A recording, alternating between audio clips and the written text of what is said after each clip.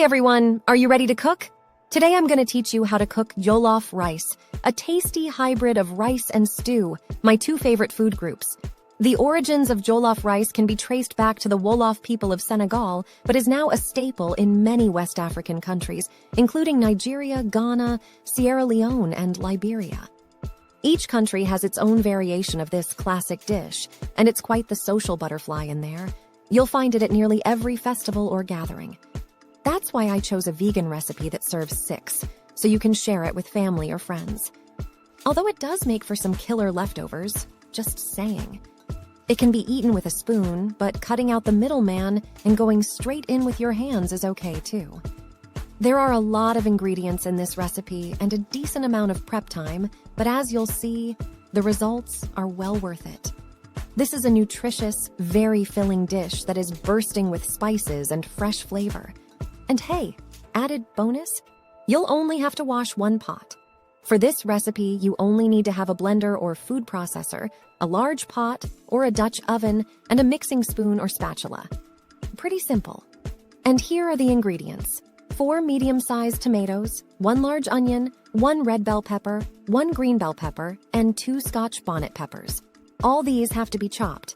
Then you also need 2 cups of long grain rice, 1/4 cup of tomato paste, 1/4 cup of vegetable oil, 2 teaspoons of smoked paprika, 1 teaspoon of ground ginger, 1 teaspoon of garlic powder, 1 teaspoon of dried thyme, 1 teaspoon of curry powder, 1 teaspoon of salt, 4 cups of water, 1 cup of frozen peas, 1 cup of chopped carrots, and finally 1 cup of chopped green beans.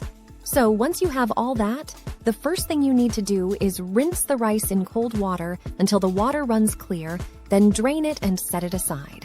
In a blender or food processor, puree the tomatoes, onion, red and green bell peppers, and Scotch bonnet peppers until smooth. In a large pot or Dutch oven, heat the vegetable oil over medium-high heat. Add the tomato paste and fry for 2-3 minutes, stirring constantly. Add the pureed vegetables to the pot and stir to combine with the tomato paste. Then, cook for 10 to 12 minutes, stirring occasionally, until the mixture has reduced and thickened. Later, add the smoked paprika, ginger, garlic powder, thyme, curry powder, and salt to the pot and stir to combine. Then, add the rice to the pot and stir until the rice is coated with the vegetable mixture.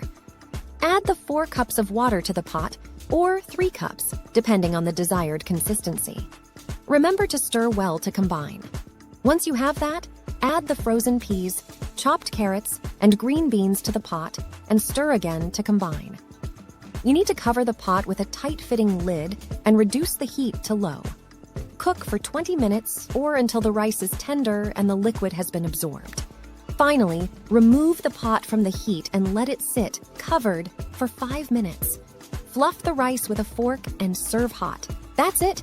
It takes about 40 minutes to prep and 20 minutes to cook. So in like an hour, you have this amazing dish that I highly recommend. If you want to learn more, visit cookingwithjade.com. Bye-bye.